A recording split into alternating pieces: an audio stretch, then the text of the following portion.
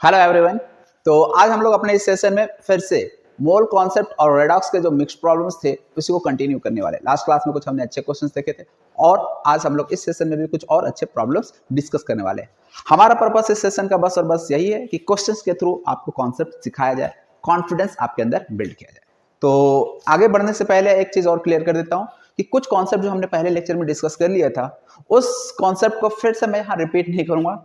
हाँ, जहाँ पे ज्यादा लेंथी कैलकुलेशन नहीं होगा, जहां पे जरूरत पड़ेगी तो मैं जरूर रिपीट कर दूंगा, बट हाँ जहां पे लगेगा यार थोड़ा टाइम टेकिंग है तो फिर ऐसे में हम रिक्वेस्ट करेंगे आपसे कि यार आप एक बार लेक्चर फर्स्ट आप लोग देख लें, तो मैं ऐसे जगह पे मैं रेफर कर दूंगा आप लोग यार इसके लिए ये कॉन्सेप्ट मैंने इस लेक्चर में डिस्कस किया था, तो आप लोग एक बार जाकर जरूर देख लें। ठीक है, तो बाय द वे हम लोग आते हैं अपने इस सवाल पे और आज का हमारा जो पहला सवाल है क्वेश्चन नंबर 9 कह रहे हैं, क्योंकि हमने इससे पहले 8 क्वेश्चन डिस्कस कर लिए थे। पूरे मोल कॉन्सेप्ट में हमने 20 क्वेश्चंस का अप्रॉक्स निकाला है छाट कर, जो आपके लिए बहुत इंपॉर्टेंट होगा। आप ये यदि 20 क्वेश्चंस बना लेते हो, आई होप कि यार फिर आपको नीट और जेईई एग्जाम में जो भी क्वेश्चंस आ रहे हैं आप उसको फेस करने के लिए कॉन्फिडेंट होगा, ये मेरा आपसे प्रॉमिस है। ठीक है, चलिए ये सवाल को हम लोग देखते हैं। A sample of hydrated barium chloride was heated until all the water of hydration is removed। तो देखिए हाइड्रेट ऑफ बैरियम क्लोराइड की बात की जा रही है जिसका वेट ऑलरेडी दिया है 61 ग्राम और उसको हीट किया गया है until all the water of hydration is removed। मतलब हीट करके जो BaCl2 के साथ आपका वाटर ऑफ हाइड्रेशन है, hydrated form of any salt को हम लोग इसी तरह से रिप्रेजेंट करते हैं जहां वाटर के मॉलिक्यूल्स एक fix number of molecules present होते हैं।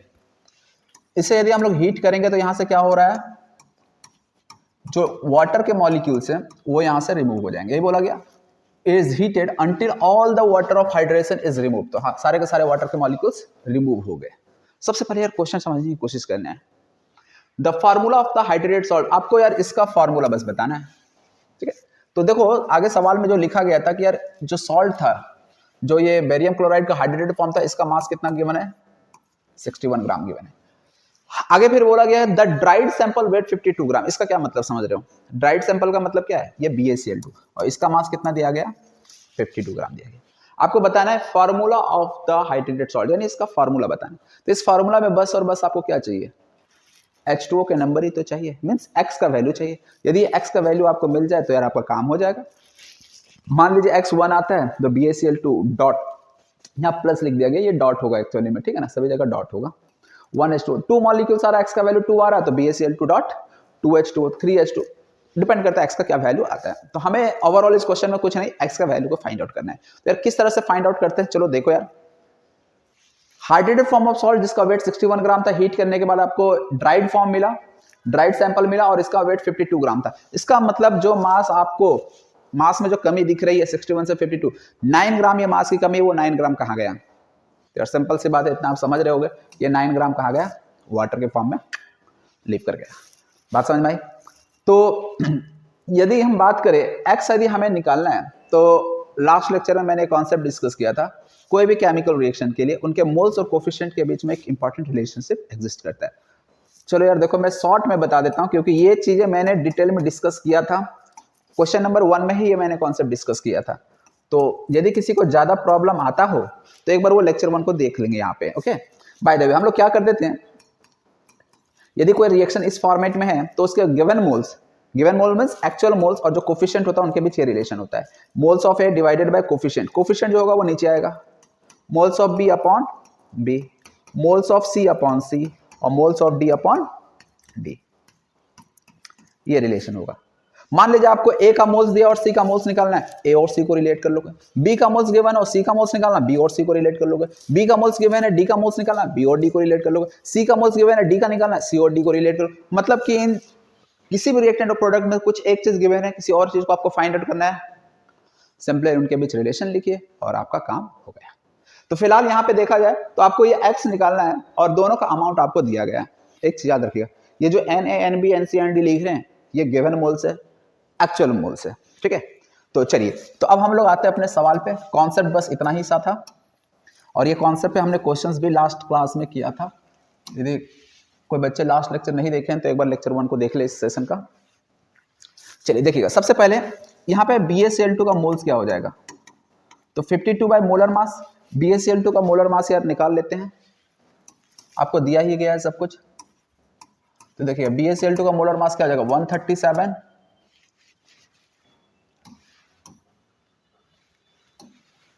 अब इतना कैलकुलेशन आप लोग कर लेना यार। अब प्लस Cl2 35.5 इंटू 2 करोगे तो 71 आएगा। इसे सॉल्व करोगे ये 208 आ जाता है, ठीक है। तो ये 52/208, थोड़ा ध्यान दोगे तो ये 4 से कट नीचे 4 से कट जाएगा, तो ये आ जाता है आपका 1/4। तो BaCl2 का जो मोल्स आएगा वो यहाँ पे आपका आएगा 1/4 मोल्स आएगा, ठीक है। तो ये चीज आपको समझ में आ रही होगी। इसी तरह से H2O का मोल्स की यदि हम बात करें तो H2O का मोल्स यहाँ से क्या आ जाएगा, तो इसका मास दिया है 9 ग्राम, तो 9 अपॉन क्या कर दें 80, ये 1/2 आ गया। जो एक्चुअल मोल्स आपको BaCl2 जो वाटर है उसका गिवन है, इसका 1/4 मोल्स, उसका 1/2 मोल्स है। अब इन दोनों के बीच में अभी जो मैंने रिलेशन लिखा था वो रिलेशन लिखिए और आप क्वेश्चन को सॉल्व कर लीजिए। तो यार यहाँ पे BaCl2 और वाटर इन दोनों के बीच रिलेशन लिखना है, तो मोल्स ऑफ BaCl2 ऊपर आएगा, नीचे क्या आएगा कोफिशिएंट जो कि यहाँ पे 1 है, मोल्स ऑफ H2O और डिवाइडेड बाय में क्या आएगा कोफिशिएंट जो कि यहाँ पे x है। ये रिलेशन लिखने में दिक्कत नहीं आनी चाहिए आपको। अब यहाँ पे मोल्स ऑफ BaCl2 कितना रख दें यार 1/4, तो यहाँ पे 1/4 रख देते हैं, बाय 1 है तो कोई मतलब ही नहीं। H2O के मोल्स कितने हैं 1/2, ठीक है, ये 1/2 और यहाँ नीचे x भी है। इसे यदि आप सॉल्व करोगे x इक्वल टू क्या आ जाएगा यहाँ से, तो 4/2, x को यहाँ भेजो 4 को यहाँ भेजो 4/2, तो x का वैल्यू क्या आ गया 2। x का वैल्यू 2 आ रहा है, इसका क्या मतलब हो गया, x का वैल्यू 2 आ गया मतलब यहाँ पे 2H2O प्रेजेंट है। कितने H2O प्रेजेंट है 2, यानी x की जगह पे आप 2 रख दो, आपको आंसर मिल गया। तो जो एक्चुअल फार्मूला वो हाइड्रेटेड सॉल्ट का वो हो जाएगा BaCl2.2H2। कौन सा ऑप्शन में आपको दिख रहा है ऑप्शन। तो यार सिंपल सा क्वेश्चन था, कुछ नया कॉन्सेप्ट मैंने अप्लाई नहीं किया, जो कॉन्सेप्ट हमने पहले पढ़ा वही कॉन्सेप्ट को अप्लाई किया। हाँ एक दिक्कत आ सकती है क्वेश्चंस को समझने में, लैंग्वेज को समझने में दिक्कत आ सकती है। तो यार लैंग्वेज को समझने के लिए ज्यादा कुछ नहीं, जो जो क्वेश्चंस में बोला जा रहा है वो आप स्टेप्स को रिएक्शन के फॉर्म में लिखिए, पिक्चर के डायग्राम के फॉर्म में आप रिप्रेजेंट कीजिए, तो आपको धीरे धीरे क्वेश्चन समझ में आने लगेगी, ठीक है ना। थोड़ा सा क्या होता है फिजिकल केमिस्ट्री में लैंग्वेज थोड़ा प्रॉब्लम करता है यार, तो लैंग्वेज आपको समझना पड़ेगा। उसके लिए भी ज्यादा कुछ नहीं सोचना, जो बोला जा रहा है उसको रिएक्शन के फॉर्मेट में लिखिए या पॉसिबल हो डायग्राम के फॉर्म में लिखिए, तो थोड़ा सा आपको अच्छे से प्रॉब्लम समझ में आएगा। जहां प्रॉब्लम अच्छे से समझ में आ गई तो यार एक तरह से क्वेश्चन वही 70% सॉल्व हो जाता है। तो बस और बस लैंग्वेज को समझना है, ओके। तो होप यार आपको समझ में आ गई। यदि किसी को स्क्रीनशॉट लेना हो तो ले ले। हम लोग चलते हैं नेक्स्ट क्वेश्चन पे। नेक्स्ट क्वेश्चन हमारा है ये, एक बार आप लोग कोशिश कर सकते हैं खुद से भी वीडियो पॉज करके। सवाल पे आते हैं। सवाल है a + 2b + 3c gives Ab2Ca3 Ab2C3। चलिए आगे बोला गया रिएक्शन ऑफ 6 ग्राम में इतने आइटम्स ऑफ B एंड इतने मोल्स ऑफ C, मींस यहाँ पे A B और C के आपको वेट, कई नंबर ऑफ आइटम्स और कई मोल्स दिए गए हैं। And it is 4.8 gram of compound Ab2C3, यानी ये जो Ab2Ca3 है इसका कितना मोल्स आपको मिल रहा है 4.8 ग्राम मिल रहा है। आगे if the atomic mass of A and C are 60 and 80 AMU, जरा समझिएगा A का और C का एटॉमिक मास गिवन है respectively. Atomic mass of B का एटॉमिक मास आपको बताना है। अवोगाड्रो नंबर का वैल्यू 6 × 10⁻23 लेना है। चलिए तो देखते हैं यार ये सवाल सबसे पहले क्या कहता है। तो हम लोग क्या करेंगे A + 2B + 3C, it gives Ab2C3। Reaction mole concept में सॉल्व करने से पहले चेक जरूर करेंगे कि यार रिएक्शन हमारा बैलेंस है कि नहीं। यदि रिएक्शन बैलेंस नहीं होता है तो ऐसे केस में पहले आपको रिएक्शन को बैलेंस करना है, ओके। चलिए तो A + 2B + 3C gives Ab2C3, reaction हमारा बैलेंस है, आप देख सकते हो।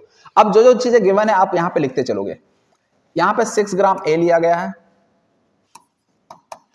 B के बारे में क्या बोला गया 6 × 10⁻23, यानी यहाँ पे नंबर ऑफ एटम्स दे दिया गया है। B के इतने एटम्स ये 23 होंगे, ठीक है ना, ये 23 यार आप लोग थोड़ा सा समझ लेना। C के बारे में क्या बोला गया 0.036 मोल है C के, और जब इनके बीच रिएक्शन हो रहा तो इससे जो Ab2C3 बना उसका कितना अमाउंट बन रहा है 4.8 ग्राम बन रहा है। अब आपको A और C का एटॉमिक मास क्वेश्चन में दिया है 60 एंड 80, आपको B का एटॉमिक मास निकालना, सवाल बस और बस इतना ही कहता है। तो ये क्वेश्चंस या इस टाइप के क्वेश्चंस हमने लास्ट क्लास में भी किया है। थोड़ा सा ध्यान दो तो इसमें आप देख सकते हो ए बी सी तीनों के अमाउंट्स आपको क्वेश्चन में गिवन है, मतलब तीनों के अमाउंट का मतलब तीनों का मोल्स गिवन है। 6 ग्राम ये नंबर ऑफ एटम्स दिया है, इसको मोल्स दिया है, तो वेट को आप मोल्स में इजीली कन्वर्ट कर सकते हो, नंबर ऑफ एटम्स को भी मोल में कन्वर्ट कर सकते हो, और ये तो मोल्स गिवन है। मतलब कि 3 रिएक्टेंट है ए बी और सी, और तीनों के मोल्स गिवन है, और इससे जो प्रोडक्ट बन रहा है उसका अमाउंट भी दिया गया है। तो यदि थोड़ा सा आपका क्लिक कर रहा है तो आप समझ सकते हो कि यार यहाँ पे लिमिटिंग रिएजेंट का कॉन्सेप्ट यूज होने वाला है। अब बताया भी था लास्ट लेक्चर में, फिर से एक बार रिपीट कर दे रहा हूं, यदि कहीं ऐसा केस हो कि यार एक से ज्यादा रिएक्टेंट हो, एक से ज्यादा का मतलब 2 रिएक्टेंट 3 4 रिएक्टेंट्स हो या 4 से ज्यादा रिएक्टेंट्स हो, और सभी के मोल्स गिवन है, सभी के मोल्स गिवन है, तो उसमें से रिएक्शन जो है वो किसके अकॉर्डिंग चल रहा होगा। मीन्स यदि बाकी अदर प्रोडक्ट का आपको मास निकालना है, किसी अदर सब्सटेंस का मास निकालना है, मोल्स निकालना है, तो आप किस रिएक्टेंट के रेस्पेक्ट में कैलकुलेट करोगे, ये चीजें आपको लिमिटिंग रिएजेंट बताती है। तो लिमिटिंग रिएजेंट का कॉन्सेप्ट कहां आता है, सबसे बड़ा प्रॉब्लम यही होता है, बच्चे यही फंसते हैं कि यार अब हम कैलकुलेशन करें तो यार किसके रेस्पेक्ट में करें। तो जब भी ऐसा दिख रहा हो कि एक से ज्यादा रिएक्टेंट है और सभी का मोल्स गिवन है या अमाउंट गिवन है, तो सबसे पहले ऐसे केस में आपको लिमिटिंग रिएजेंट निकालना पड़ेगा, और उसी लिमिटिंग रिएजेंट के रेस्पेक्ट में बाकी चीज का अमाउंट को कैलकुलेट करना पड़ेगा, बस और बस यही करना है। और लिमिटिंग रिएजेंट निकालने का भी तरीका मैंने आपको क्वेश्चंस के हेल्प से ही समझा दिया था। बाय द वे इस क्वेश्चंस में आते हैं, सबसे पहले इसका मोल्स की हम बात करते हैं। इसका मोल्स क्या हो जाएगा, 6 अपॉन एक का एटॉमिक मास गिवन है क्या 60 दिया है, तो ये हो गया 0.1 मोल। इसके मोल्स कितने हो जाएंगे, तो ये नंबर ऑफ एटम्स गिवन है ना, नंबर ऑफ एटम्स यदि कहीं दिया हो तो मोल्स निकालने के लिए number of atom by Avogadro number से डिवाइड कर दीजिए, और एवोगाड्रो नंबर का वैल्यू भी 6 × 10⁻23 ही लेना है। इसका मतलब इसके मोल्स गिवन है 1। इतना समझ में आ रहा होगा आपको। नंबर ऑफ एटम्स या नंबर ऑफ मॉलिक्यूल जो भी गिवन होता है उसे ऊपर रखते हैं, नीचे एवोगाड्रो नंबर से डिवाइड कर देते हैं, नंबर ऑफ मोल्स निकल जाता है। ठीक है, सिंपल कैलकुलेशन। और यहाँ पे यदि हम बात करें मोल्स निकालने के लिए तो कोई दिक्कत ही नहीं भाई, यहाँ तो ऑलरेडी मोल्स दिए हुए हैं, कोई प्रॉब्लम नहीं यहाँ तक। चलिए अब सवाल हमारे पास क्या होगा यार, ए बी और सी इन तीनों का रिएक्शन हुआ और AB2C3 बना, और जिसका अमाउंट कितना है 4.8 ग्राम है। तो सबसे बड़ा प्रॉब्लम यार, इस तीनों में से लिमिटिंग रिएजेंट कौन होगा, किसके रेस्पेक्ट में हम AB2C3 का अमाउंट मोल्स कैलकुलेट करेंगे। तो ऐसे में आपको इन तीनों का लिमिट में से एक लिमिटिंग रिएजेंट डिसाइड करना पड़ेगा। कैसे करते हैं, तो आपको मैंने बताया था जो भी एक्चुअल मोल्स है, जो भी गिवन मोल्स है, उनको कोफिशिएंट से डिवाइड कर दो, जो स्मॉलर वैल्यू आएगा वो आपका लिमिटिंग रिएजेंट होगा। क्या बोला, जो भी गिवन मोल्स हैं उनको कोफिशिएंट से डिवाइड कर दो। मतलब ये समझाने के लिए बस मैं बता रहा हूं, फिर इसे मैं मिटा दूंगा। ए बी सी, ए के मोल्स कितने गिवन है 0.1, कोफिशिएंट यहाँ पे कितना है, ए का 1 है, तो यहाँ पे बाय 1, यानी ये कितना आ गया 0.1। बी के लिए मोल्स 1 और कोफिशिएंट बी के लिए कितना है 2, 1/2, ये कितना आ रहा है 0.5। सी के लिए बात करें, मोल्स कितना है 0.036 और कोफिशिएंट कितना है 3 है, तो इसे आप करोगे तो 0.012 आ रहा है। इस तीनों में से सबसे स्मॉलर वैल्यू आपको कौन दिख रहा है, तो देख सकते हो सबसे स्मॉलर वैल्यू 0.012 आपको दिख रहा होगा। इसका मतलब लिमिटिंग रिएजेंट यहाँ पे कौन हो गया, सी हो गया आपका लिमिटिंग रिएजेंट, इसमें कोई दिक्कत नहीं होनी चाहिए। तो यदि सी लिमिटिंग रिएजेंट है तो अब Ab2CO3 का जो भी मोल्स आपको गिवन है, मोल्स कितना लिख सकते हैं इसका 4.8 by molar mass, molar mass निकाल लोगे। ए का और सी का एटॉमिक मास तो दिया ही है, ए का एटॉमिक मास है 60, बी का एटॉमिक मास नहीं दिया है तो हम मान लेते हैं x मान लेते हैं, ये 2x हो जाएगा, और 3 सी का एटॉमिक मास 80 दिया है तो 80 × 3 कर दोगे तो ये 240 आ जाएगा। ये मोल्स ऑफ Ab2CO3 दिया हुआ है। ओके, ये पार्ट को मैं मिटा दे रहा हूं क्योंकि अपने को स्पेस लगेगी। चलिए अब देखेंगे, अब आप बताएंगे किसके किसके बीच यहाँ पे रिलेशन लिखा जाए। तो आपको मोल्स ऑफ Ab2C3 ऑलरेडी दिया गया है, और जो लिमिटिंग रिएजेंट हमारा सी है, यानी सी और Ab2C3 को आप रिलेट कर दो, उनके बीच रिलेशन लिख दो, आपका काम हो गया। चलो देखो यार किस तरह से हम लिखेंगे, मोल्स ऑफ सी ऊपर आएगा, होल डिवाइडेड बाय में क्या आएगा बताएं यार 3, जो कोफिशिएंट होता है वो नीचे आता है, फिर मोल्स ऑफ Ab2C3, और फिर नीचे कोफिशिएंट क्या रखेंगे 1, जो इसका कोफिशिएंट है वो नीचे आएगा। इसमें यार किसी को कोई दिक्कत नहीं होनी चाहिए।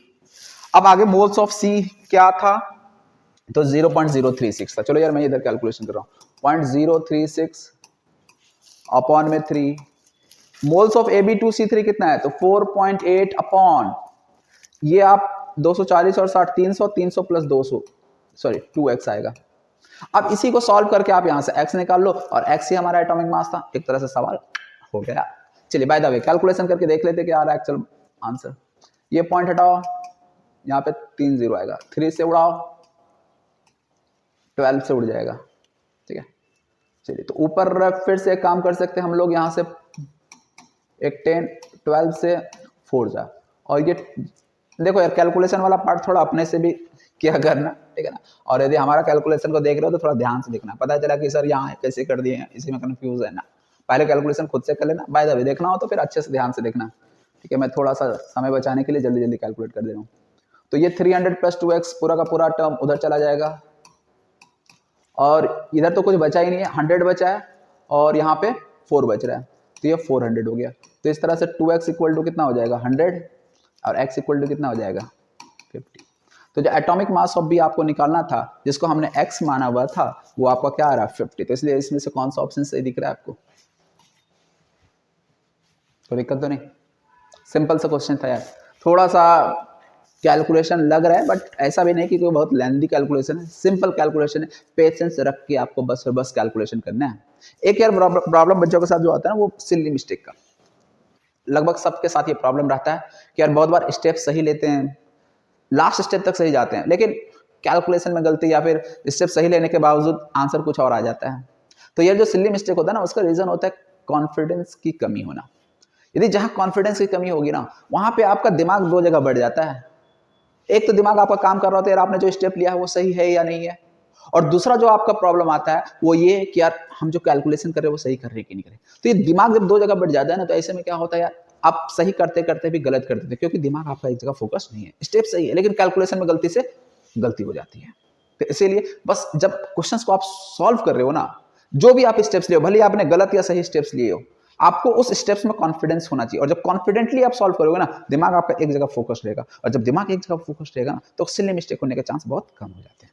तो कैलकुलेशन में और छोटे मोटे सिली मिस्टेक जो होते हैं ना, वो बहुत हद तक आपके कम हो जाएंगे।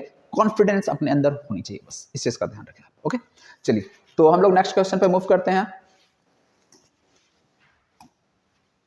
चलिए नेक्स्ट क्वेश्चन है, a sample of Na2CO3 NaClO3 is converted by heat to NaCl with a loss of 0.16 gram of oxygen. The residue is dissolved in water and precipitated as AgCl. The mass of AgCl obtained will be. देखिए अच्छा सवाल है ये भी।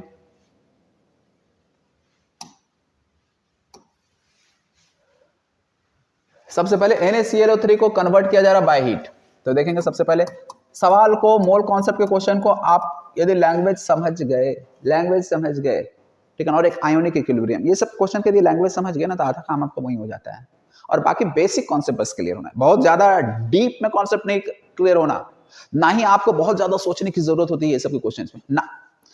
Simple सा concept आपका देख रहे हो, जितने भी मैंने क्वेश्चन दिए अच्छे अच्छे क्वेश्चन है, इसमें से बहुत सारे सवाल ऐसे होंगे जो आपके नीट और जेईई एग्जाम में आपको दिखेंगे, या बिल्कुल सिमिलर टाइप के क्वेश्चन आपको दिखेंगे। तो आपको कुछ बहुत ज्यादा कैलकुलेशन, बहुत ज्यादा सोचने की भी जरूरत है, बेसिक कॉन्सेप्ट और क्वेश्चंस का लैंग्वेज को बस पकड़ना है, दैट्स इट, काम हो गया वहीं पे। देखो यार NaClO3 को कन्वर्ट किया गया by heat to NaCl with a loss of 0.16 gram of oxygen, यानी यहां से O2 भी निकल रहा है और इसका मास भी आपको दिया गया है 0.16 ग्राम। आगे, the residue is dissolve in water. Residue किसको कहा जा रहा है यहाँ पे? NaCl। इसको डिसॉल्व किया गया वाटर में एंड प्रेसिपिटेटेड एज AgCl। इसी को AgCl के रूप में प्रेसिपिटेट कर दिया गया। प्रेसिपिटेटेड का मतलब यह है कि यार कहीं ना कहीं सॉल्यूशन में जरूर Ag+ आयन रहा होगा, उसके बारे में क्वेश्चंस में मेंशन नहीं किया गया, ठीक है। बट आप इतना क्वेश्चन से समझ सकते हो कि NaCl से AgCl बन रहा है, यदि ये प्रेसिपिटेट हो रहा है AgCl, मतलब कहीं ना कहीं सॉल्यूशन में Ag+ रहा होगा, तो AgCl आपका अलग हो जाएगा। आपको बताना है mass of AgCl obtained will be, यानी आपको इसी का मास बताना है, वेट बताना है। तो क्वेश्चंस यही है बस, और बस इसमें आपको क्या दिया, O2 का मास यहाँ पे दिया गया, बाकी कुछ नहीं दिया गया, और आपको निकालना है AgCl का मास। तो सबसे पहले यार मोल कॉन्सेप्ट के क्वेश्चन को सॉल्व करने से पहले मैंने बताया है आपको रिएक्शन को बैलेंस करना जरूरी, ये गलती ना करें यार, ये गलती की है तो भी सारे मेहनत पे पानी फिर जाएगा। ओके चलिए तो देखें रिएक्शन बैलेंस है क्या, सब कुछ तो सही है, लेकिन यहाँ पे 3/2 कर दीजिए। ओके अब आपका रिएक्शन बैलेंस हो चुका है। यहां पे ध्यान दो, जो मोल्स NaCl का रहा होगा वही आपका AgCl में कन्वर्ट हो गया होगा, इतना समझ आ रहा है। NaCl से AgCl बन रहा है, जितना मोल्स इसका उतना ही मोल्स इसका भी रहा होगा, 1:1 का रेशियो है। अब यहाँ पे NaCl का मोल्स एक्चुअल में है क्या, ये हमें डिसाइड करना है। आप सोचो यार, बताओ, क्वेश्चन बहुत सिंपल हो चुका है। कहने का मतलब एक तरह से आपको बस और बस NaCl का मोल्स निकालना है। NaCl का जो मोल्स आएगा वही मोल्स इसका आएगा, और इसका जब मोल्स आपको पता चल जाएगा तो आप इसका वेट निकाल सकते हो, N = W/N given mass by molar mass से। तो चलिए NaCl का हम लोग मोल्स सबसे पहले कैलकुलेट करते हैं। NaCl का मोल्स देखिए कैसे कैलकुलेट करेंगे। NaCl अपॉन में कोफिशिएंट, बस और बस ये रिलेशन आप लिख दो, जहां कुछ देखो मैं डायरेक्ट भी लिख सकता हूं, बट मैं स्टेप बाय स्टेप लिख रहा हूं। जब आप सीख जाओगे ना तो आपको यार इतना रिलेशन लिखने की जरूरत नहीं, आप एक स्टेप में ये सब उतना कुछ करने की जरूरत, एक स्टेप में आप समझ जाओगे यार हमें यहाँ पे स्टेप्स क्या लिखने हैं। ठीक है, बाय द वे मुझे आपको समझाना भी है, ठीक है, तो इसलिए स्टेप बाय स्टेप मैं चल रहा हूँ। मोल्स ऑफ O2 और यहाँ पे क्या आ जाएगा 3/2। NaCl का मोल्स निकालना है, तो ये 2/3 इंटू मोल्स ऑफ O2 हो जाएगा। मोल्स ऑफ O2 कितना हो जाएगा 0.16 अपॉन में 32। कोई दिक्कत नहीं होनी चाहिए किसी को। ये पॉइंट हटा दीजिए, 16 से 2 जा, ये 2 से 2 उठ गया, यहां से आ गया 1/300। NaCl का मोल्स आ गया 1/300। एक बार देख लिया कहीं कोई गलती तो नहीं किया है। 32 था, 2 कट गया, पॉइंट हटा 1/300। ठीक है, मोल्स ऑफ NaCl इतना आ गया, तो मोल्स ऑफ AgCl भी हम क्या लिख सकते हैं 1/300। मोल्स ऑफ AgCl आ गया तो आपको वेट ऑफ AgCl निकालना है, तो मोल्स इंटू ये कहां से आया W है, तो W = N × M। मोल्स है 1/300। मोलर मास AgCl का आपको देखना है, तो AgCl का मोलर मास ऑलरेडी सवाल में दिया गया है 143.5। 143.5, तो आप बताएं कौन सा ऑप्शन सही होगा। तो देखिए यार ऐसे सवाल में आप थोड़ा सा एक तो एग्जैक्ट कैलकुलेशन कर लो, ठीक है ना, नहीं तो थोड़ा अप्रॉक्स में देख लो यार। 143.5 की जगह 150 होता, 150 यदि होता तो ये 1/2 0.5 के आसपास आंसर आता, लेकिन आप देख सकते हो कि ये 0.5 से थोड़ा सा कम आएगा। तो ये आप एग्जैक्ट कैलकुलेट कर लोगे तो जो आंसर्स आएंगे वो 0.48 आएंगे। ठीक है, तो बहुत बार क्या होता है यार, आप को समय बचाना है, ऑब्जेक्टिव यदि क्वेश्चंस हो तो ऐसे केस में आपको पूरे कैलकुलेशन करने की जरूरत नहीं है। हाँ, ऑप्शंस थोड़ा सा देखेंगे, दूर दूर होने चाहिए। तो ये 0.48 है, ये 0.41 है। 0.41 का मतलब बहुत क्लोज है 0.4 के, ये 0.48 है, तो इसको आप यदि करोगे तो ये 0.48 के अप्रॉक्स ही आएगा, यदि आप इतना विजुअलाइज कर पाते हो। ठीक है, और यदि आपको लग रहा है रिस्क है तो फिर ऐसे में आप फिर एग्जैक्ट कैलकुलेशन कर लोगे। ठीक है, बाय द वे इस सवाल का जो सही आंसर आने वाले हैं वो क्या आएगा 0.48 आएगा। ठीक है, एग्जैक्ट वैल्यू शायद ना है, वो आप देख लेना कैलकुलेशन करके। मेरा जो पर्पस है वो बस आपको कॉन्सेप्ट सिखाने का है। ठीक है ना, और कैलकुलेशन भी बताऊंगा कहाँ पे किस तरह से समय बचा सकते हो, बट सिंपल सा कैलकुलेशन है, कोई बहुत टफ कैलकुलेशन ये सब में है नहीं। तो चलिए यार हम लोग नेक्स्ट क्वेश्चन पे मूव करते हैं। स्क्रीनशॉट लेना हो तो आप ले लें। चलिए next question. An unknown chlorohydrocarbon has 3.55% of fluorine. If each molecule of the hydrocarbon has one chlorine atom only, chlorine atoms present in 1 gram of chlorohydrocarbon are। तो देखिएगा अच्छा सवाल है ये भी, एक बार कोशिश करें आप लोग खुद से ट्राई करने की क्वेश्चन को। चलिए और देखो सवाल को सबसे पहले हम एक पिक्चर के हेल्प से, रिएक्शन के हेल्प से समझते हैं। एन अननोन क्लोरोहाइड्रोकार्बन, क्लोरोहाइड्रोकार्बन का मतलब क्या है, CHHYCl रहा होगा इस क्लोरोहाइड्रोकार्बन का formula. It has 3.55% of chlorine, इसमें क्लोरीन का परसेंटेज गिवन है 3.55%। ठीक है, आगे देखते हैं। चलिए एक काम करते हैं, यहीं पे लिख देता हूँ, परसेंटेज क्लोरीन इसमें कितना है 3.55%। If each molecule of the hydrocarbon has 1 chlorine atom. अच्छा, ये जो क्लोरोहाइड्रोकार्बन लिया गया इसमें एक ही क्लोरीन एटम है, यानी यहाँ पे क्लोरीन एटम कुछ भी हो सकते थे, लेकिन आगे मेंशन कर दिया कि क्लोरीन की एक ही एटम है, तो बहुत बढ़िया बात है। तो each hydrocarbon has 1 chlorine atom only, then chlorine atoms present in 1 gram of chlorohyde. अच्छा, सवाल ये है कि यदि हम इसका 1 ग्राम ले रहे हैं तो 1 ग्राम में क्लोरीन के एटम्स कितने होंगे, chlorine atoms present in 1 gram of chlorohydrocarbon. तो सवाल क्या है समझ में आ रहा होगा आपको, नंबर ऑफ क्लोरीन एटम्स निकालना है। तो नंबर ऑफ क्लोरीन एटम्स से पहले आपको यहाँ पे इसका मोल्स निकालना पड़ेगा कि यार 1 ग्राम का मतलब कितना मोल्स, 1 ग्राम का मतलब कितना मोल्स, पहले ये आपको फाइंड आउट करना पड़ेगा। तो यहाँ पे आप क्या करोगे, परसेंटेज क्लोरीन दिया गया ना, तो कोई भी कंपाउंड का परसेंटेज होते हैं, आप जैसे मान लीजिए CH4 है फॉर एग्जांपल। ठीक है, CH4, यदि हम आपसे कार्बन का परसेंटेज निकालने को बोले तो कार्बन का परसेंट आप कैसे निकालते हो? तो कार्बन का मास यहाँ 12 ग्राम है, यहाँ पे 4 ग्राम है, टोटल मास कितना है 16 ग्राम। कार्बन का परसेंट निकालना है तो कार्बन का मास ऊपर रखोगे, नीचे टोटल मास रखोगे इनटू 100, सही काम करते हो ना। हाइड्रोजन का परसेंट निकालना है तो क्या करते हो, हाइड्रोजन का मास ऊपर रखोगे तो H4 के कारण 4 ग्राम, नीचे टोटल मास रखते हो परसेंटेज निकालने के इनटू 100। तो सिंपल सा कैलकुलेशन, क्लास 8 9 से पढ़ते आ रहे हो आप ये चीज, 11th में भी आपको परसेंटेज कैलकुलेशन, परसेंटेज कॉम्पोजिशन के टॉपिक्स में ये चीजें दिखती है। तो सिंपल सा चीज है, कोई बहुत टफ नहीं है।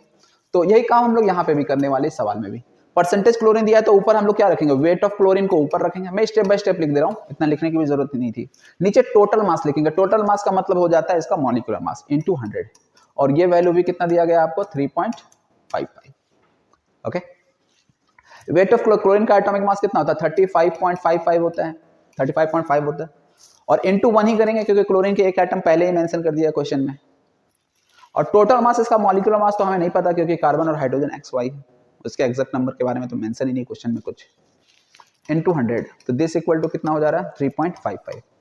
तो यहाँ से मोलर मास जो होगा m इक्वल टू क्या हो जाएगा, m को इधर भेज दीजिए, 3.55 को नीचे ले आइए, तो 35.5 इनटू 100 होल डिवाइडेड बाय 3.55।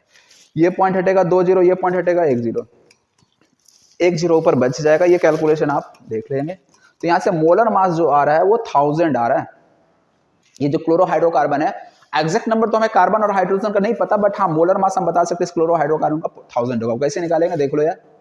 अब आपको बताने के इसके 1 ग्राम में, इसके 1 ग्राम में क्लोरीन के कितने आइटम्स होंगे, तो देखेंगे सबसे पहले इसका मोल्स, इस पूरे कंपाउंड का मोल्स कितना हो जाएगा, तो 1 अपॉन मतलब mass by molar mass 1/1000 moles.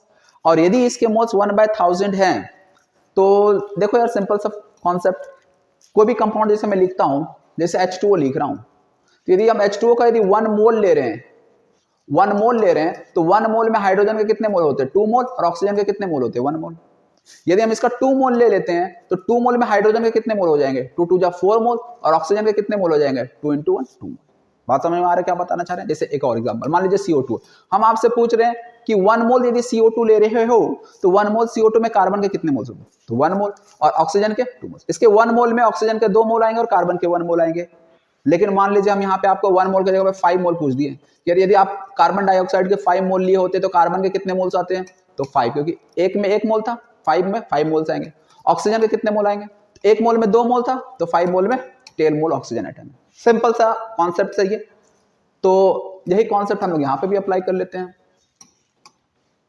तो इसके क्लोरोहाइड्रोकार्बन के 1 मोल के अंदर क्लोरीन के कितने मोल है, 1 ही मोल है, पहले ही मेंशन कर दिया कि इसके फार्मूला में एक क्लोरीन आइटम है, मतलब इसके 1 मोल में क्लोरीन की 1 मोल है। तो 1/1000 मोल में क्लोरीन के भी मोल्स कितने रहने वाले हैं, 1/1000 ही रहने वाले हैं। ये बात समझ में आ रही है। अब यदि मोल्स ऑफ क्लोरीन आपको पता है तो नंबर ऑफ आइटम्स चाहिए तो बताने हैं, तो आप नंबर ऑफ आइटम्स बताने के लिए फार्मूला यूज कर लें।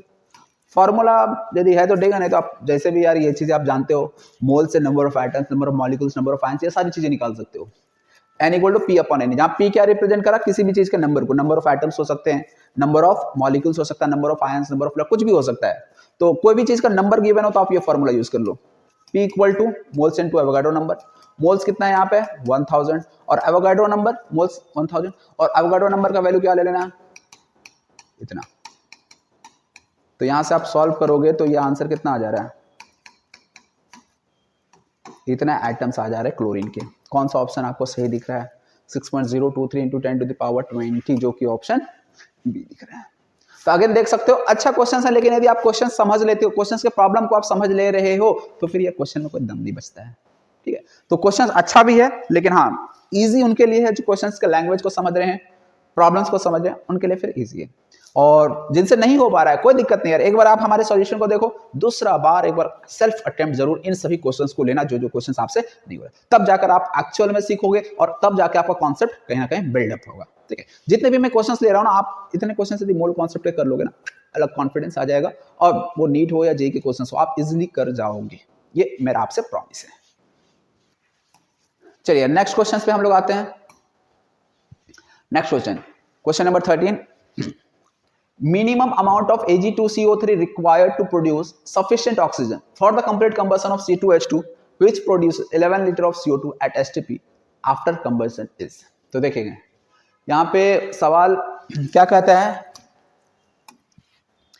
सिल्वर कार्बोनेट Ag2CO3 है,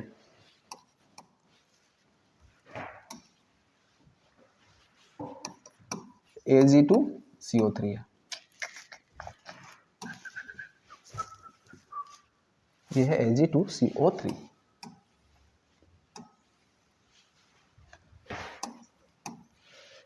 और minimum amount of Ag2CO3 required, सवाल पहले समझेंगे निकालना क्या है।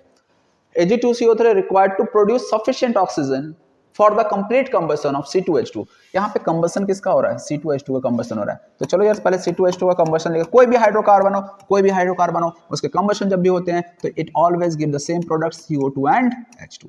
याद है, यहाँ पे कोई भी हाइड्रोकार्बन होता वो C2H2 है, C2H4 होता, C2H6 होता, C2H5OH अल्कोहल ग्रुप भी होता, तो भी प्रोडक्ट्स आपको CO2 एंड H2 मिलते। कोई भी हाइड्रोकार्बन होता, एल्केन, एल्कीन, अल्काइन, कोई सा भी होता, it always give the same product CO2 and H2। आगे सवाल में यहाँ पे ये भी दिया गया कि जो CO2 मिला वो आपको 11.2 लीटर मिल रहा है एट STP। ठीक है, STP दे दिया, इसका मतलब सिंपल सा है कि N equal to volume in litre upon 22.4। ये फार्मूला आप यूज कर सकते हैं, क्योंकि ये फार्मूला होता है N equal to volume in litre upon 22.4, ये फार्मूला वैलिड होता है ओनली एट STP। यदि STP नहीं दिया होता तो फिर हम वो फार्मूला यूज नहीं कर सकते। बाय द वे यहाँ पे STP मेंशन है, तो आपको बताना क्या था, ये Ag2CO3 का कितना अमाउंट लेना पड़ेगा जिससे कि यहाँ पे जो ऑक्सीजन रिक्वायर्ड है वो फुलफिल कर दे। यानी Ag2CO3 का जब आप डिकम्पोजिशन करोगे, देखो यार ये रिएक्शन आपको दिया हुआ है, थोड़ा सा यहाँ पे आपको कंफ्यूजन हो सकता है क्वेश्चंस में, थोड़ा क्वेश्चंस ऐसा कुछ है, यहाँ पे ये रिएक्शन अलग से होगा। ये Ag2CO3 से Ag plus CO2 plus O2 एक रिएक्शन है, और दूसरा रिएक्शन C2H2 का कंबशन रिएक्शन भी दिया है, यहाँ एरो आएगा। तो ये रिएक्शन को समझने में दिक्कत हो रही है तो थोड़ा सा ऐसा कुछ रिएक्शन है। तो Ag2CO3 को कंबशन से आपको 2Ag मिला प्लस CO2 मिला प्लस O2 मिला, और ये जो O2 यहां से मिल रहा है, यही O2 कहां यूज हो रहा है, इस इथाइन का C2H2 का कंप्लीट कंबशन में यूज हो रहा है। बात समझ में आ रहा है? तो आपको यही बताना है कि C2H2 का कंबशन के लिए, कंप्लीट कंबशन के लिए, कंप्लीट कंबशन ऑफ C2H2 के लिए जो O2 चाहिए वो O2 Ag2CO3 के डिकम्पोजिशन से आ रहा है। तो ऐसे में कितना Ag2CO3 लेना पड़ेगा, इसका वेट क्या होगा जिससे कि आपको उतना O2 मिल जाए जिससे कि इसका कंप्लीट कंबशन कराया जा सके। सवाल समझ, इस तरह का क्वेश्चन अगेन हमने किया हुआ है, एक बार ट्राई करेंगे खुद से, उम्मीद है कि यार इस तरह के क्वेश्चन आपसे हो जाएंगे। तो यार सबसे पहले आपको यहां से यहां आना पड़ेगा O2, इस O2 का मोल्स जब निकाल लोगे तो इस O2 से आप इस O2 के मोल्स पे पहुंच जाओगे, और इस O2 के मोल्स से इसके मोल्स पे पहुंच जाओगे, और इसका मोल्स आपको निकल गया तो वेट तो आप इजीली निकाल ही सकते हो, वेट निकालने में कोई दिक्कत नहीं आएगी। ओके, तो आपको करना क्या है, सबसे पहले इस रिएक्शन को बैलेंस करना ना भूले, मोल कॉन्सेप्ट में रिएक्शन को बैलेंस ना करना ना भूले, हम बार बार कह रहे हैं। सबसे पहले यहाँ 2 लगा देंगे, हाइड्रोजन 2 ऑलरेडी 2 है, ऑक्सीजन 4 और 1 5 है, यहाँ पे 2 ही है, ये 5/2 कर दीजिए, 5/2 यानी 5 ऑक्सीजन, यहाँ पे 4 और 1 5, सारा कुछ हमारा बैलेंस है। ठीक है, तो इसका और इसके बीच हम रिलेशन क्या लिखेंगे, तो मोल्स ऑफ O2 अपॉन 5/2 आएगा, यहाँ से moles of CO2 upon coefficient को नीचे रखेंगे। क्या मोल्स ऑफ CO2 आपको पता है, बिल्कुल पता है, 11.2 अपॉन 22.4 कर दो तो यहाँ से मोल्स आ जाएगा 0.5, ये 0.5 मोल किसका आ रहा है, CO2 का आ रहा है। ओके, तो अब यहां से moles of O2 equal to क्या लिख सकते हो, ये 5/2 को इधर ले जाओ, एक 2 नीचे पहले से पड़ा है, और मोल्स ऑफ CO2 कितना है 0.5, या 1/2 इसको भी लिख देते हैं, तो ये एक तरह से 5 बाई कितना हो चुका है, 2 2 4 2 8, ये 5/8 आ गया। यानी जो मोल्स ऑफ O2 यहाँ पे लग रहा है वो 5/8 है, यानी यहाँ पे भी मोल्स कितना होना चाहिए 5/8। और यदि इसका मोल्स 5, ये रिएक्शन बैलेंस है पहला वाला, देख सकते हो ऑलरेडी बैलेंस रिएक्शन ये आपको क्वेश्चन में गिवन था, क्रॉस चेक भी कर लोगे एक बार। इसका मोल्स यदि 5/8 है तो इसका मोल्स भी कितना हो जाएगा, तो 1:1 का रेशियो है, मतलब वो 5/8 है तो ये भी 5/8 ही होगा। तो मैं डायरेक्ट लिख दे रहा हूं यहाँ पे, ये भी 5/8 आ जाएगा। अब यदि यहाँ पे 5/8 आ गया तो वेट ऑफ Ag2CO3 क्या हो जाएगा, तो मोल्स इनटू मोलर मास, तो मोलर मास यहाँ पे Ag2CO3 का आपको निकालना पड़ेगा यार। Ag2CO3 का मोलर मास क्या हो जाएगा? तो देखो यार मैं यहाँ पे निकाल दे रहा हूँ। Ag2CO3 का मोलर मास कितना आ जाएगा? 102 एंड 108 है, 108 इंटू 2 करेंगे 216 प्लस कार्बन 12 48, तो ये आ जाएगा 60 216 276 आ जाएगा, 276 आ जाएगा ये। तो यहाँ पे आप 276 रख दो। ठीक है, चलिए अब इसे ही आपको सॉल्व करना है और आपका जो भी एग्जैक्ट आंसर होगा वो निकल कर आ जाएगा। कहीं कुछ मैंने गलती तो नहीं किया ना यार? ये 0.5 रिएक्शन बैलेंस सही था। कार्बन 2, ऑक्सीजन 4 और 1 5, ऑक्सीजन 5, हाइड्रोजन 2, सब कुछ तो यार बैलेंस है। 5/2 जाएगा उधर, मोल्स ऑफ CO2। चलिए सब कुछ सही है, तो चलिए यहाँ पे हम सॉल्व करते हैं इसको।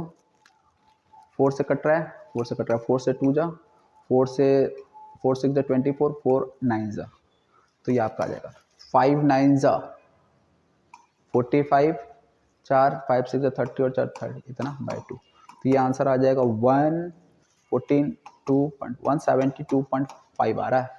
तो 172.5 कोई भी ऑप्शन है नहीं, इसका मतलब यार कुछ तो गड़बड़ कर दिया मैंने, कुछ कैलकुलेशन में मिस्टेक है। कॉन्सेप्ट तो बिल्कुल सही है, यहाँ पे गलती यार क्या किए हैं, यहाँ पे यार जो गलती हुई है वो ये कि ऑक्सीजन रिएक्शन पूरी तरह से बैलेंस नहीं था, यहाँ 4 ऑक्सीजन है वहाँ 3 है, तो यहाँ पे आपको हाफ करना पड़ेगा।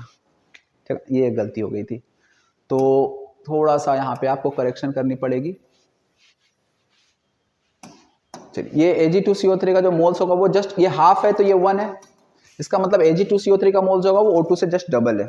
ठीक है, यदि कभी दिक्कत हो तो आप वो रिलेशन जो मैंने बताया था ना किसी भी केमिकल रिएक्शन के लिए, वो रिलेशन लिख सकते हो, moles given moles bye coefficient, उससे भी निकाल सकते हो। बाय द वे सिंपली दिख रहा है हाफ मोल 1 मोल, मतलब Ag2CO3 का जो मोल्स होगा वो जस्ट इसका डबल होगा, तो इसका मोल जो आ रहा है वो 5/8 आ रहा था और Ag2CO3 जस्ट डबल हो जाएगा, मतलब यहाँ पे 5/4 हो जाएगा।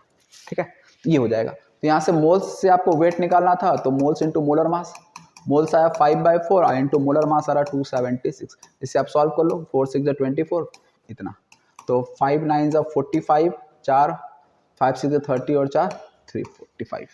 तो अब देख सकते हो यार कौन सा ऑप्शन आपको सही सही दिख रहा है, ऑप्शन बी। तो थोड़ा सा रिएक्शन यार बैलेंस क्वेश्चन एक्चुअली धोखा दिया कि रिएक्शन हमें लगा बैलेंस है, बट ये रिएक्शन बैलेंस सही तरीके से नहीं था। तो हालांकि कभी भी आपको एग्जाम में ऐसा नहीं मिलेगा आधा अधूरा रिएक्शन बैलेंस नहीं मिलेगा, आइदर अनबैलेंस्ड रहेगा पूरी तरह से या फिर बैलेंस रहेगा। बाय द वे फिर भी एक बार आप अपने तरफ से क्रॉस चेक कर लेंगे जरूर। तो बाकी जो कॉन्सेप्ट और जो स्टेप्स थे वो बिल्कुल सही थे, उसमें कोई गलती नहीं थी। चलिए नेक्स्ट क्वेश्चन पे आते हैं। चलिए नेक्स्ट क्वेश्चन क्या है, 0.5 मोल ऑफ BaCl2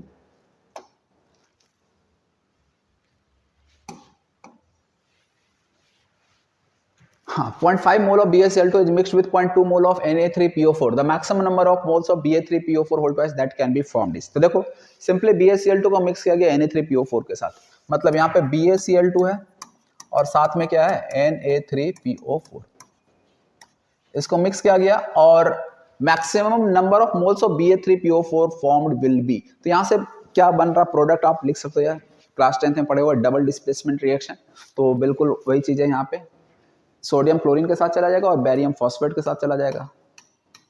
तो बैरियम का वैलेंसी क्या होता है 2 और फॉस्फेट का वैलेंसी होता है 3, तो Ba3PO4 ट्वाइस हो जाएगा और Na और Cl मिलकर NaCl बना देगा।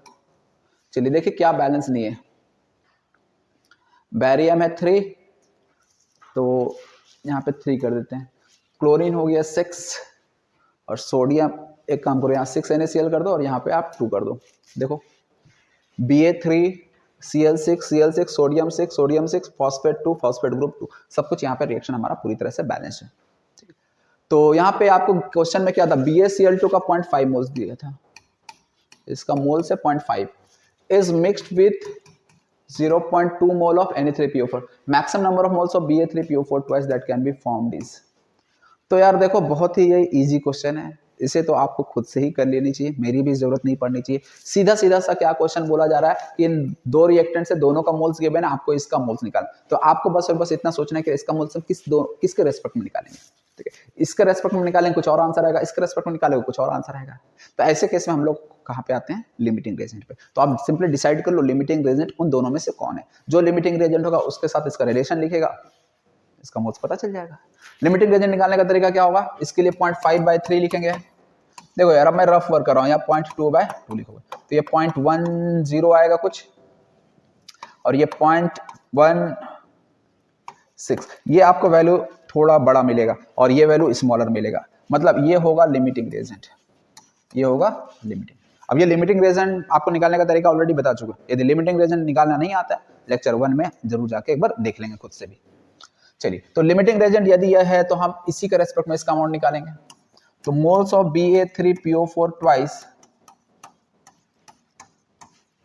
और डिवाइडेड बाय इसका कोफिशिएंट कितना है, 1 ही है, और यहाँ पे मोल्स ऑफ Na3PO4, देखो यार मैं पूरे के पूरे स्टेप्स फॉलो कर रहे नहीं तो ये मत सोचना कि यार बहुत बड़ा प्रॉब्लम है, बिना ये सब किए भी आंसर एक लाइन में बिना मतलब पेन उठाए भी आंसर दिया जा सकता है ये सब सवाल का।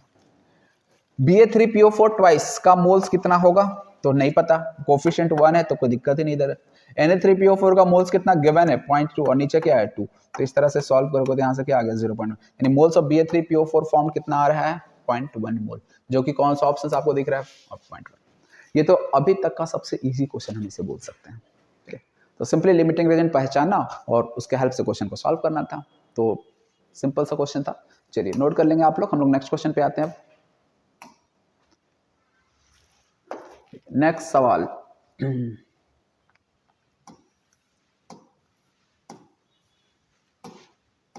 सवाल क्या है, the number of water molecules present in 0.20 gram sample of CuSO4.5H2 is, यहाँ पे आपके पास है CuSO4.5H2 और इसका वेट भी दिया है 0.20 ग्राम।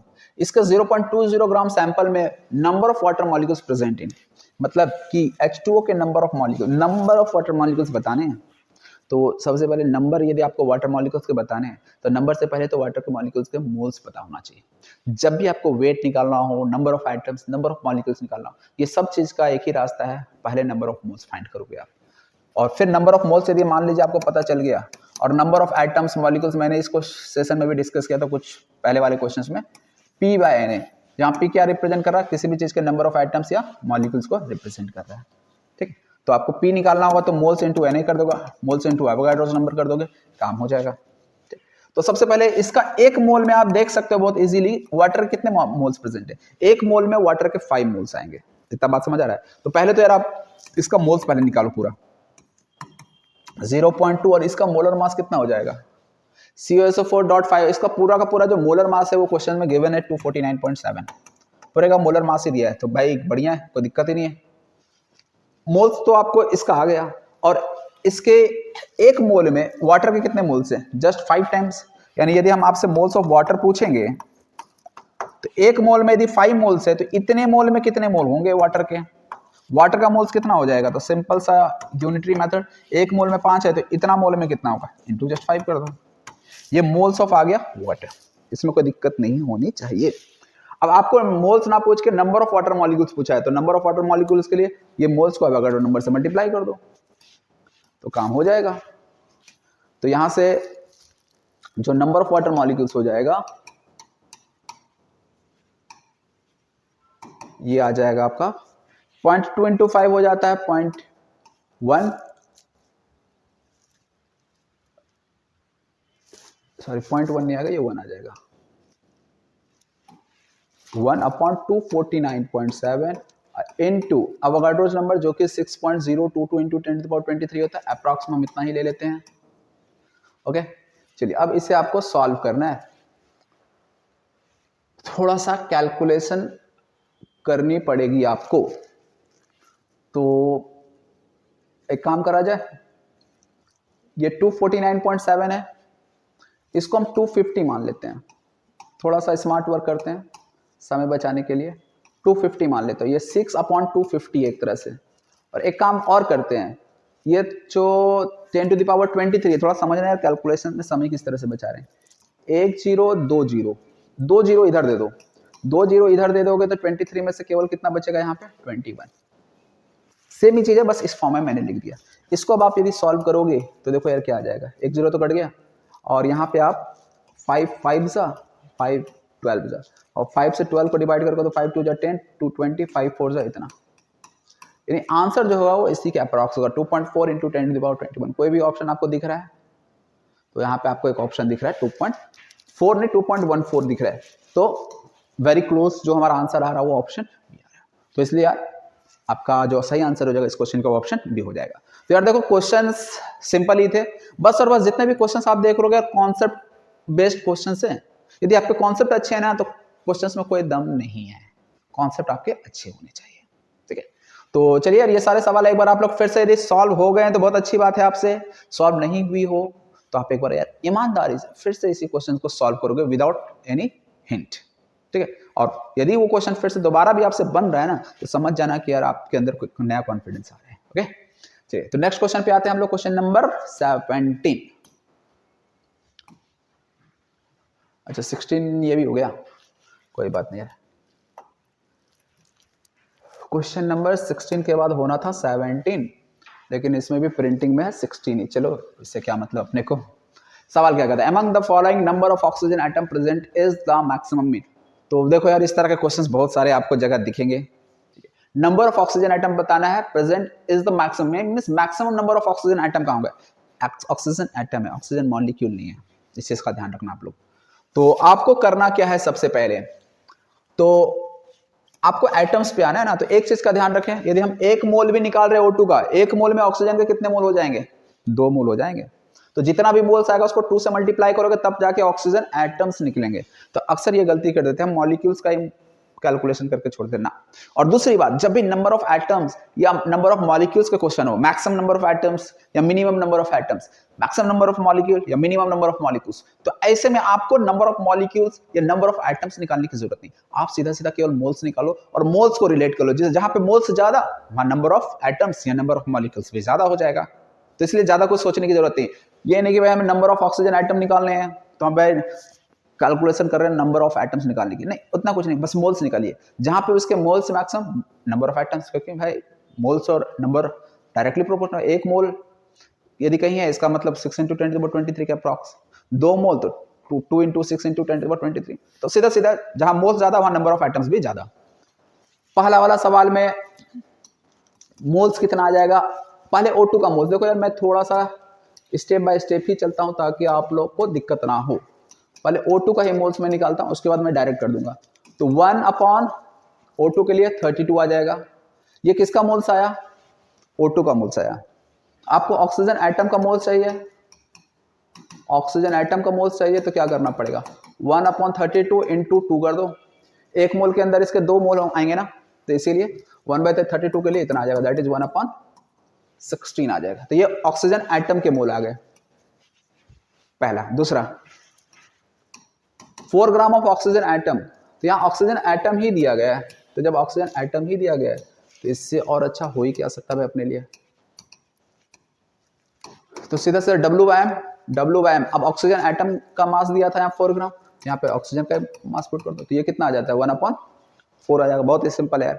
थर्ड ऑप्शन 1 ग्राम O3 है, तो मैं पहले मोल्स ऑफ O3 निकाल लेता हूँ, 1/16 3 = 48।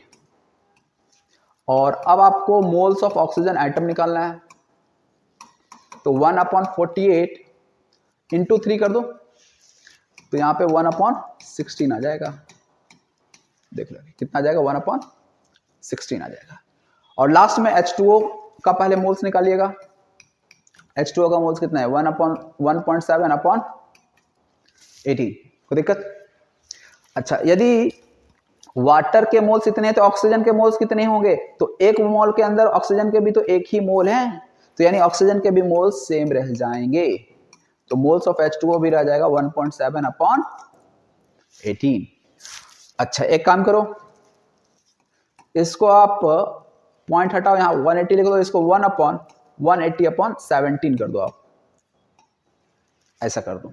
ऐसा क्यों किया हूं, इसके पीछे क्या रीजन है उसको समझते हैं। आपको तो जस्ट यार कंपेयर करना, कोई एग्जैक्ट नंबर तो बताना नहीं भाई कितने एटम्स प्रेजेंट है, बस मैक्सिमम बताने हैं।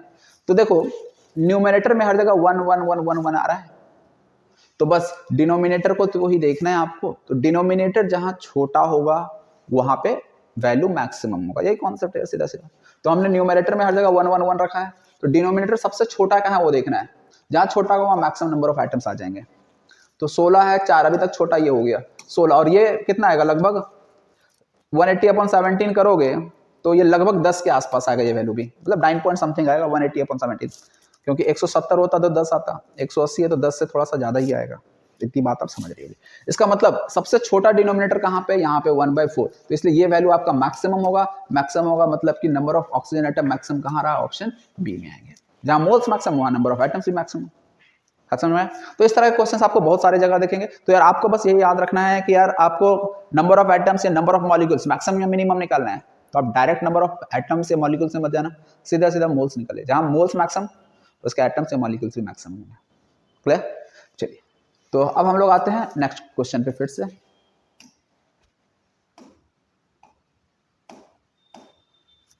आ गया, ये क्वेश्चन नंबर 17 है। एक्चुअल में ये होने चाहिए थे 18। क्वेश्चन क्या कहते हैं, 120 ग्राम of an organic compound that contains only carbon and hydrogen gives 330 gram of CO2 and 270 gram of water on complete combustion. The percentage of carbon and hydrogen respectively are.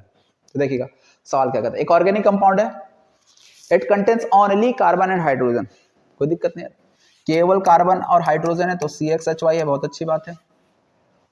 और जब इसका it gives 330 gram of CO2 and water on complete combustion, यानी again यहाँ पे combustion हो रहा है। Combustion होने पे आपको तो प्रोडक्ट ऑलरेडी पता ही होता है यार कितना होता है। अगेन यहाँ पे CO2 के मास दिए गए हैं, कितने मास दिए गए हैं 330 ग्राम, और H2O का मास कितना दिया है 270 ग्राम। क्या दिक्कत है, the percentage of carbon and hydrogen respective, carbon और हाइड्रोजन का परसेंटेज इसके अंदर बताना है। ठीक है, कार्बन हाइड्रोजन का परसेंटेज एक चीज तो यार केवल कार्बन हाइड्रोजन है, तो कार्बन का जितना भी परसेंट होगा हाइड्रोजन का परसेंट निकालने के लिए 100 में से माइनस कर देना, आ जाएगा। बाय द वे यहाँ पे सबसे पहले रिएक्शन को आपको बैलेंस करना होता है, और बैलेंस करने के लिए हमने बताया हुआ है एक्स वाई के टर्म्स में जो रिएक्शन होते हैं वो बैलेंस फॉर्म में किस तरह से लिखे जाते हैं। कार्बन का एक्स एटम है या एक्स, ये याद ही रख लेना यार, एक्स और वाई के टर्म में हम लोग किस तरह से रिएक्शन को बैलेंस करते हैं, क्योंकि ये बहुत सारे क्वेश्चंस में काम आएंगे। और मतलब नीट में तो कम क्वेश्चंस पूछे गए इससे रिलेटेड, जेईई में तो बहुत सारे क्वेश्चंस पूछे गए हैं, तो और इसलिए नीट में भी आने के चांसेस बहुत हाई है किस तरह क्वेश्चंस पूछे जाएंगे। तो जरूर इस तरह क्वेश्चंस आप लोग प्रैक्टिस करके जाना, नीट और जेईई एस्पिरेंट्स दोनों। जेईई को तो यार जाना ही जाना है, क्योंकि आप क्वेश्चन देखो तो भरे पड़े हैं इस तरह के क्वेश्चंस, तो इसलिए याद भी रखना है यार ये चीजें। एक्स, इसके लिए आप क्या करोगे y/2 करोगे तो हाइड्रोजन भी हो गया बैलेंस, और ऑक्सीजन को बैलेंस करने के लिए x + y/4,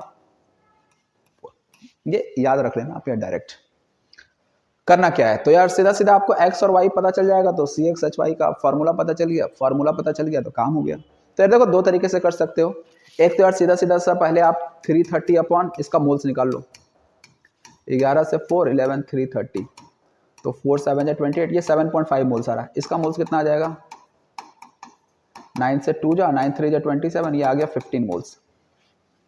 ओके, यदि ऐसा आ रहा है फिर एक काम तो आप करो यार, सीधा सीधा मोल्स ऑफ CO2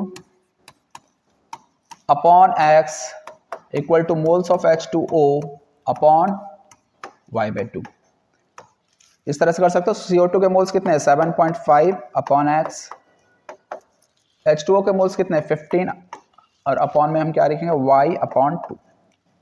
चलिए यहां से आप सॉल्व करोगे तो ये 7.5 15, ये 2 से कट जाएगा, y/x कितना आ जाएगा, ये y/x इक्वल टू क्या आ जाएगा, y को इधर भेज दो, और ये 2 आपका ऊपर चला जाएगा, ये समझ रहे हो 2 ऊपर चला जाएगा, y/2 है, ये 2 को मैंने ऊपर ही कर दिया, 2 2 जा 4। तो यहाँ से y/x का जो रेशियो आ रहा है 4:1 आ रहा है, यानी y हमने किसको माना था हाइड्रोजन को, यानी CXHY था ना, तो x का वैल्यू 1 है और y का वैल्यू 4 है, यानी जो फॉर्मूला बना वो CH4 बना। तो कार्बन का परसेंटेज आप क्या लिखोगे, तो कार्बन का मास कितना आएगा इसमें 12 ग्राम, और टोटल मास कितना हो जाएगा 12 + 4 16 × 100, तो 4 3 जा 4 4 जा 4 से 25, तो ये कितना आ जा रहा है 75%। कार्बन 75% आ रहा है, हाइड्रोजन कितना हो जाएगा 25%। ऑप्शन कौन सा सही है, ऑप्शन। तो यार स्लाइड में इतने ही क्वेश्चंस थे अभी के लिए, ठीक है ना। इसके बाद जो नेक्स्ट स्लाइड है हमारा एटॉमिक स्ट्रक्चर का है, तो हम लोग यार उस पर नेक्स्ट सेशन में नेक्स्ट लेक्चर पे हम लोग एटॉमिक स्ट्रक्चर के क्वेश्चन करेंगे। तो मोल कॉन्सेप्ट के जितने भी अच्छे और इंपॉर्टेंट क्वेश्चंस थे जो आ सकते हैं आपके अपकमिंग एग्जाम में, वो मैंने यहाँ पे डिस्कस किया। ये जो मैंने 18 से 20 क्वेश्चन डिस्कस किए, सिलेक्टेड प्रॉब्लम्स मैंने केवल लिया था, आप एक बार जरूर इसको ऑनेस्टली सॉल्व करेंगे। यदि फर्स्ट टाइम आपसे खुद से सॉल्व हो गए तो बहुत अच्छी बात, नहीं हुए तो एक बार आप पहले सेल्फ अटेम्प्ट लेंगे और खुद से करने की कोशिश करेंगे। थोड़ा टाइम लगता है, लगने देना है। ओके, एक बार नहीं 2 बार कीजिए। इतने क्वेश्चन करने के बाद एक अलग कॉन्फिडेंस आपके अंदर आ जाएगा, ये मेरा मानना है। ओके, तो चलिए यार हम लोग फिर